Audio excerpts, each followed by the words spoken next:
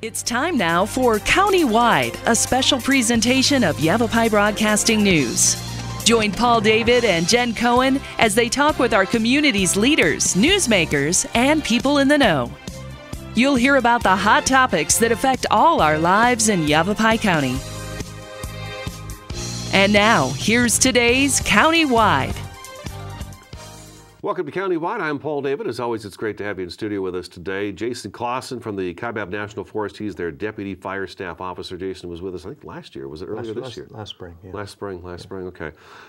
We have everybody come in on the Kaibab, the Coconino, and the Prescott National Forest, usually in the springtime, to talk about be careful with wildfire season and what wildfire season is kind of going to look like.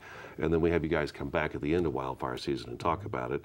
And Kaibab Forest couldn't get here as soon as Prescott and Coconino because you guys wound up getting called out on the wildfires that were burning up in the Northwest. Yes, Tell us a little bit about that. Yeah, that was, a very busy year. Myself, I spent a month up in the area, Oregon and Washington, but all of our resources during that time of year, we go to help support the other regions. So it was a very busy year. We haven't seen that in a few years, but yeah, this year was very busy. And it's still busy. It's still busy. Yeah, California. Which is kind of a surprise to me, but it's still busy. Yeah, Northern California. Just a late fall, very warm and dry still in California. Yes.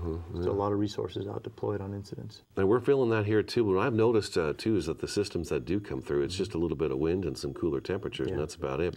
We're still averaging, I think it was Weather Service was saying 10 to 15 degrees above normal. So that means when you're in the 70s and 80s down here in the Verde Valley, or even 90 is what they've been hitting, it should be about 70 degrees, which means it should be about 40 to 50 in the Flagstaff area.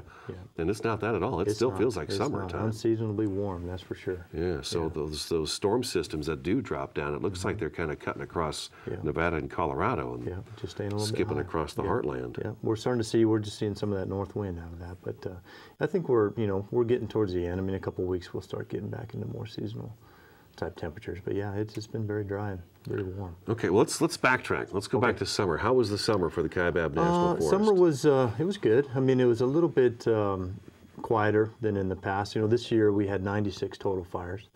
Typically we'll have over 100. Sometimes some years up to 150. So as far as number of fires, we were a little bit low, but it was a good year.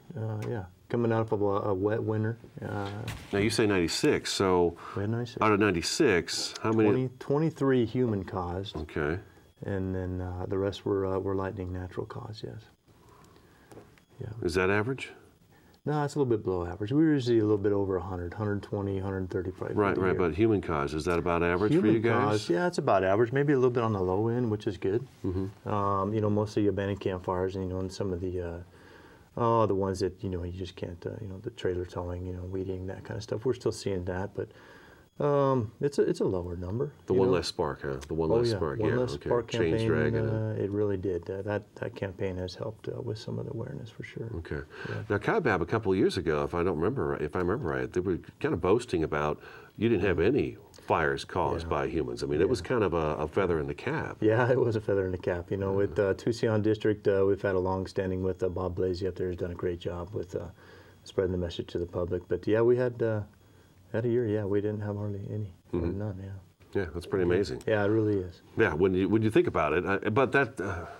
And last time you were in, we talked about this too, is that I think those days are done for the Kaibab. I mean, of course, the education part still continues about one less spark, put your dang campfire out, don't be throwing your cigarette butts on the ground and things like that, But we talked about last time you were here how the Coconino, as people come up and traveling north to get out of the heat, they branch off and fill up that Coconino faster and faster now than they ever did before, and the Kaibab is starting to see some of that overflow. Yeah, we do see the overflow. How was that this year?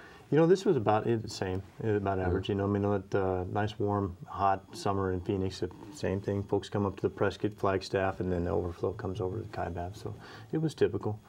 Yeah, a lot of folks in the woods this year. What was your big fire of the year? Big fire of the year was the Boundary Fire. Okay. Yeah, so tell us about the Boundary Fire. Let's see, total acres at the end, 18,000 acres. That was a joint management between us and the Coconino on the Kendrick Mountain, which, right up over the middle of the Kendrick Mountain is where the boundary is between the Kaibab and the Coconino. You couldn't miss it if you're going down 40. No, you couldn't miss it. It's a little bit farther north of the 40, but it is a fairly large mountain. It's 10,000 feet at the top. So it was a great opportunity. That fire burned in 2000 from the Pumpkin Fire. And every year we would, us and the Coconino would see fires in that on that mountain. And every year we'd start to see those fires move a little bit more, and it's up in the wilderness. So the majority of those fires we would just put in monitor status. But as of last year, we were starting to see more movement in some of the fires. And this year, the fire that we had start on the northeast side, lightning caused fire, the boundary fire. So we took it as an opportunity to treat the whole landscape again, kind of on our terms. It was in June, and obviously a lot of conversations with Coconino on what success would look like in the end.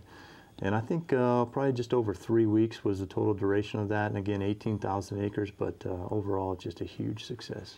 I think the challenge I heard coming off the press releases from Jackie Banks and then from Brady Smith on the Coconino was that it just wasn't the kind of fire that you go up and fight. Yeah. It sounded like you guys were spending a lot of time just kind of sitting at the bottom, waiting for things to happen because, that could be pretty unstable up there to be walking around. Yeah, it's a lot of standing dead snags, from the pumpkin fire in 2000, heavy fuel loading on the ground. It just wasn't one of those areas. And the size of the fire, it just wasn't a good area to go put folks in and go direct as far as direct tactics. So, and based being on the northeast side of the fire where it started gave us an opportunity with predominant southwest winds, high up on the mountain is where it started. So it gave us an opportunity to just, backfire off slowly on our terms, utilizing hand and aerial ignition. So we talk about moonscape up on that mountain, or are we talking about a good burn, or? No, we had the majority, almost the entire footprint of that fire was low to moderate intensity. Okay. It was moonscape, very high intensity from the pumpkin fire in 2000, so which left a very, kind of barren landscape. But the remaining canopy in the mixed conifer and the pine that was remaining from the pumpkin fire, we were able to apply low to moderate intensity fire. Okay. Yeah. Is that mountain important to anybody's kind of watershed? Because I know that's a big thing on the Kaibab right now, too. There's the Bill Williams Mountain that's going on. Is very important to the watershed. But as far as the Kendrick, I don't know. Not that I can think of, no. But it is a valuable wilderness area. Kendrick is a wilderness. That turned out very, very good success. Okay. Any other burns planned in that area right now? Not in that area right now, no. Did that take care of it? That took care of the Kendrick Mountain, yeah. We did the whole pumpkin footprint from 2000, so the 18,000 acres kind of took care of the whole mountain. So I think... Let me ask you this. Okay, so we've got a good burn now in the Kendrick Mountain, 18,000 acres. At what point in time does the Forest Service go back in there and say, okay, it's time to do this again? I mean, how often does the maintenance burns that you guys talk about, the where you go in and maintenance, burn the kind of the ground off? In the Ponderosa pine, it's anywhere to 5 to 7 to 10 years is the maintenance cycle for Ponderosa pine. So being in a wilderness, we won't go back in and treat that unless, in say 10 or 15 years we get another lightning strike and then we have to kind of do it again. But all around the base of it, we're not in the wilderness, is where we're going to continue our prescribed fire efforts. Okay. And it's on that 7 to 10 year. All right, let's take our first break. Jason Clawson's in studio today. He's the Deputy Fire Staff Officer on the Kaibab National Forest. This is Countywide. We'll be back in just a couple minutes.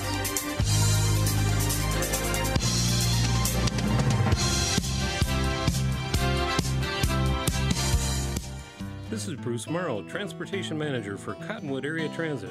Remember, we cover the entire Verde Valley and Sedona. Cottonwood Area Transit has you covered wherever you want to ride in the Verde Valley, all day, every day. Take Cottonwood Area Transit through Clarkdale, Verde Village, and from 26 locations in Cottonwood. With Verde Links, it's a quick and easy trip to Sedona every day. Don't forget our connectors to Camp Verde.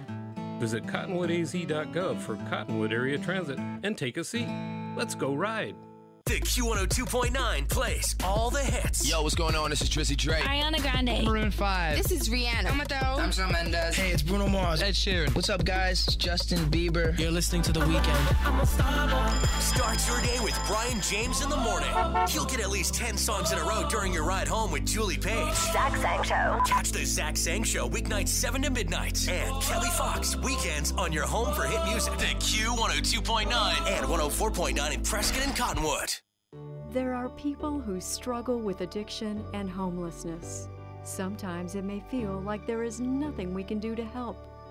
But there is. You can make a tax-deductible donation and help those in need transition away from homelessness. When you give someone a handout, you could actually be supporting an addiction. A better life starts with better health, especially for those living in the streets. Support solutions, not addictions. You can make a difference. Visit cottonwoodcares.com. So, I'm kind of new here, but I've noticed a trend. my human does this funny thing where she goes around and gets all my toys, and then she hides them in that basket by the door. You know, but it's always the same basket, and it's always in the same place. And then she acts so surprised when I find them, but, you know, she's putting them in the same basket again. It's like, hello, that's where you put it last time. You were the worst at hide and go seek.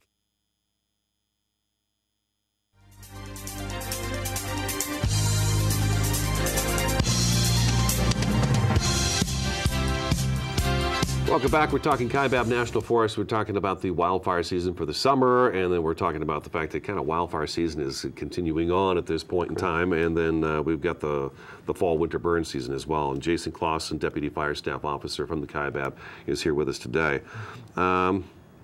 Let's skip Kendrick Mountain. Kendrick Mountain, we were going to say, well, real quick, Kendrick Mountain kind of started out as a management burn, but then it turned into suppression burn. Yeah, it's a natural ignition, so it was a full suppression fire, wildland fire, utilizing indirect, landscape restoration tactics. So, yeah, it was not. We didn't keep a small direct attack, but we manage every wildfire, and we just decided to bring that one off the mountain and down to the lower country. Yeah, Gotcha. Okay, and then there was the Williams fire in June. Jackie said that might be a good one for us to go ahead. Yeah, I believe it June 18th, we did have we did have a fire start just southwest of Williams, within a quarter mile of the community. And it was one of those days where we did have some high winds, so obviously we had a lot of resources in place, and we even had some Type 1 and some preparedness, national preparedness relocated air resources right there in Williams, so which was nice. Yeah, very, very close to proximity to the community. But with the significant thing that was that we did have a drone intrusion on that fire. Yes. See, we saw that a lot this year too, and we're seeing it more and more. Yeah. Where I don't think. Do people not understand that when that thing goes up in the air, that everything's got to shut down? I don't think so, because almost every incident I'm on, we do have at least one drone intrusion, and on that one specifically. That shut down and delayed our air operations for that fire. I think it 30 to 45 minute delay. And if we didn't have ground resources on scene in a timely manner, that could have made a big difference in the outcome of that fire. But Jason, it's just a small plastic thing. Yeah, I know it's just a small plastic thing, but that's all it would take to bring down a helicopter. Yeah, take down a helicopter, take down a plane. I mean, and when these drone incursions happen. I had heard that, like if a slurry bomber's coming in with slurry, they have to turn around and leave. And when they say they have to leave and go quite a ways away. They do. Is it true that they got to go back to Denver or Phoenix? I mean, it's a ways away from where they need to be. Yeah, it depends on the location of the intrusion, but they do need to get out of that airspace and out of the area. A lot of times they'll just go back, and if they're loaded, then they might have to drop their loads somewhere else and just go back to wherever the airport or wherever they're taking off and landing from. But until we can locate, where that drone is or who's flying that drone and just confirm that the airspace is safe, and then we can't do that until we can bring them back up. So, who spots those? Is there somebody flying around looking for them, or is it firefighters on the ground saying, "Hey, mostly firefighters on the ground." They can just hear it and see it, huh? Yeah. Drones, keep them out of there. Yeah. Now, speaking of drones, though, we did have something that happened, but this was a controlled situation. A couple weeks back, there was the sawmill fire over by Ash Fork, where there was an old sawmill with sawdust and stuff burning and wood chips and stuff like that. Yeah. And they brought in a drone because the fire was burning so smoky that they couldn't see if they were hitting what they wanted to hit. So someone from Yavapai College brought their drone in, flew it in there and said, okay, you're missing this fire by this and this. So, I mean, is it being used as a tool for you guys as well? Yeah, they can, absolutely. It could be a very valuable tool under the right circumstances. We don't use them in the Forest Service, but our partnering agencies, DOI, the Park Service, they do have a drone program. What's DOI? Department of Interior. Okay. Yeah, so the Park Service, BLM, and those other agencies, they do have a drone program, and we have used it, Okay, so have them fly in there and tell you what's going on. Yeah. I suppose that would give you a pretty good early map as well. Oh, yeah, absolutely. And even a lot of the post-fire boundary, we use a lot of that footage is from drone. From the Park Service, they helped us out. Good. All right. So they're being used for good things. But if it's me out there, and I just want to get a shot of what's going on, that's bad. And to know the fire's like a quarter mile from Williams. I mean, you guys get that information out pretty dang quick anymore. You know, it's not, if it's not tweeted, it's on Facebook or it's email, but it gets out there pretty fast. So if I hear of wildfires within a quarter mile of a city or town, the last thing I should be doing is fly my drone into it. Yeah, that's the last thing you should be doing, yeah. It's very quick and they're quiet, you know, you think you can get in and out and you want to get good footage, you know, but yeah, a lot of times it's very tough to locate the individuals who are flying it or even find the drone. So, but yeah, it can definitely be it's not good.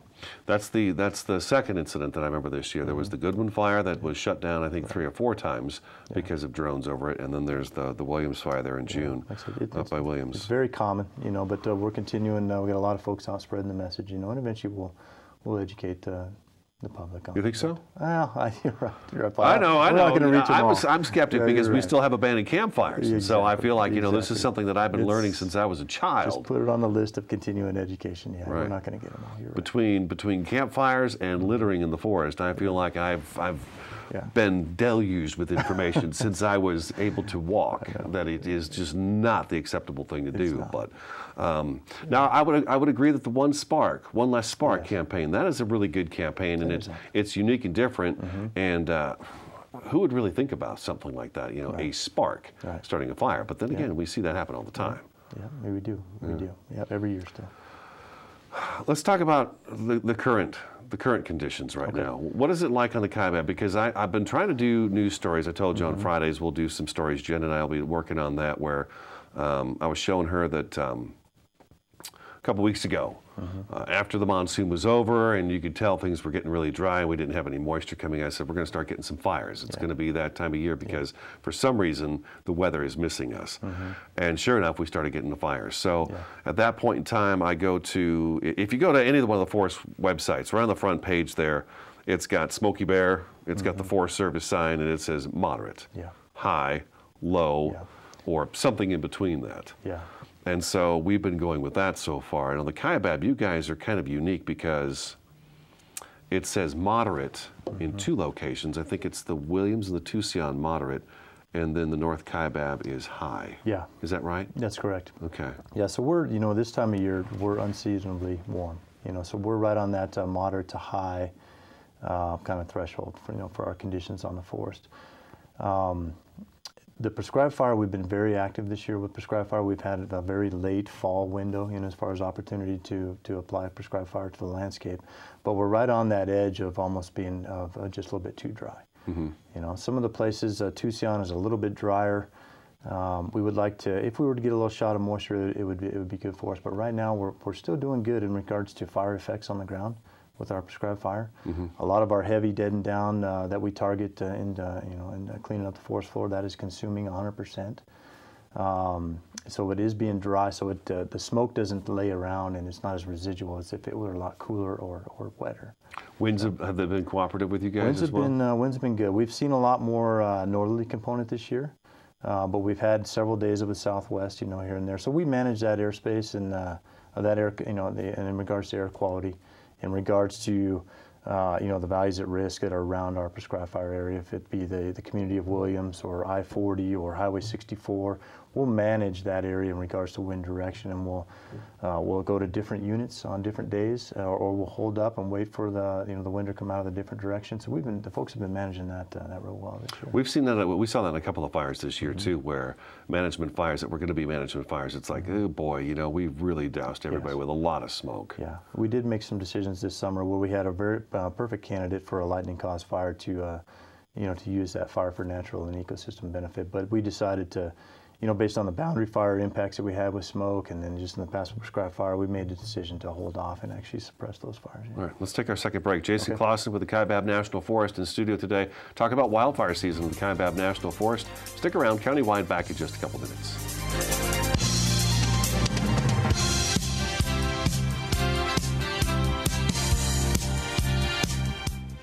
Listen to me. I am captain of the track team. And if I'm late, she doesn't really think she's going to get out of here, does she? Be nice. She's new. Hello, is anyone there? Ugh! Wow. Even from our standards, you look awful. Oh, sweetie, what happened? Me? My friend Becky got to talk to this super cute boy, and I tried to act like I wasn't jealous, but I so totally was. And then out of nowhere, this concrete barrier just popped up. maybe it was a semi. You mean you were driving? Yeah. I mean, I know the whole eyes on the road thing, but this was a super important text. Maybe you have to know, Becky. Texting? Great. But it was only like 5 seconds, and I'm a really, really fast texter, so it wasn't even a big deal. Actually, has she texted me back yet? Wow, I get like no bars in this place. I wonder if they have Wi-Fi here.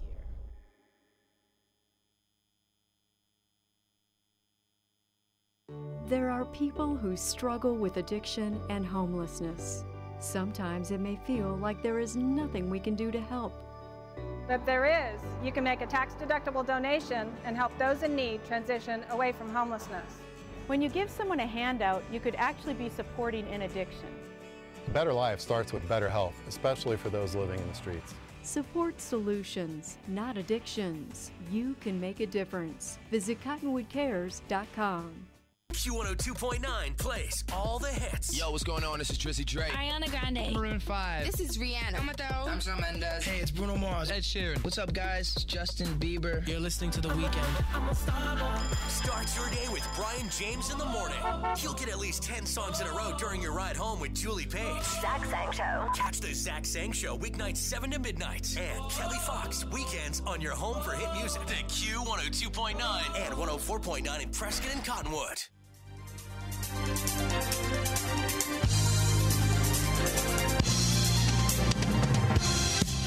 Welcome back to Countywide. Just a couple minutes left of the program with Jason Clawson, Deputy Fire Staff Officer of the Kaibab National Forest. So we talked about wildfire season. You guys had 96 wildfires this year. 23 were human caused. That's 23 too many, but you say that's a little bit down from normal. We've been doing some burning. You guys just finished a 1,000 acre burn over the weekend, north rim of the Grand Canyon. 1,000 acres. So that's ongoing. Yeah, we're actually a little bit over 2,000 acres up on that area now. Oh, okay. Yeah, on the north rim. Yeah, for the year across the forest, we're just over 10,000 acres treated so far. You know, so this really late fall window has been in our favor. Actually. Pile burning this winter, snow Pile falls? burning this winter, both zones, south zone, Williams, Tucson, and then the north zone. Yeah, we got a couple thousand acres of piles for the winter planned. Yeah. Let me hit this one too on the punch list here. The Bill Williams watershed project. Last time Heather Provencio was here and talked about that, but that's been a little more than a year ago, and the work was to begin and all that. How's that coming? You know, that's still ongoing. I mean, it's obviously a very challenging mountain to do any kind of treatments on the landscape. We've done a lot of treatments around the base of it and a little bit up the slopes, but the steepness and the ruggedness of that terrain has made it very difficult. So we haven't. Some of the timber sales we're starting, but the implementation is a little bit slow on that still. Okay, so are we behind schedule? I hate to say behind schedule. I mean, we're still moving forward, and we will see some treatment on the landscape here, soon. But yeah, a little bit behind schedule. Okay. Yeah. But how long is that project? Do you know how long it's supposed to take to complete? Oh gosh, that's several years because it's part of the Forest Restoration Initiative. It's part of FORFRI. It is, yeah. Like I said, it's just the challenge of treating that mountain. But we do have a lot of things going on around the base of it with timber, and then a lot of plans. Let me ask you this one, Jason. Are there any particular areas that you see on the Kaibab National Forest that are more important than others that need to be addressed sooner than later? You know, Bill Williams is the big, that's kind of the last landscape area that we've done a lot of treatments, a lot of other areas on the forest, but Bill Williams is the last one. That would be our highest priority for sure. Okay, wow. So you're just down to the one, huh? Yeah. Well, then there's the monitoring. I mean, year after year after year. Yeah, and it's a never ending. I mean, it's continuing, like we said, 7 to 10 fire return interval on all of our landscapes. So it's a never ending, but that is one piece of landscape that we still, it's a priority right now. You guys full staff right now? We are not. Actually, our seasonal workforce was the end of the season a couple weeks ago. We have our full-time workforce that are still on. That'll continue into the prescribed fire season, but we're not completely full staff. No. Do you guys have lookout towers? We fire do. towers? We do. Are those still staffed, or is that? They're not staffed anymore. Okay, so that's come to an end as well this year. Okay. Do you know if that's the same as well in the Coconino and the others? It should be. This is about the time of year where all the seasonal workforce are laid off for the winter. Okay. Yeah. All right. It's just done. Yeah. And then springtime arrives and they'll be back. Yep. Unless, of course, this winter's really dry, which is starting to look like it might be. Yeah, absolutely. It could be. It could be. You just never know. All right. That's all we got time for for it, Jason. All right, Paul. Thank you so much for Yeah, coming you're down. welcome. Thank you. Jason Clawson, again, Deputy Fire Staff Officer with the Kaibab National Forest. I'm Paul David. This is today's Countywide. Thanks for watching and listening. Look forward to talking to you again next time.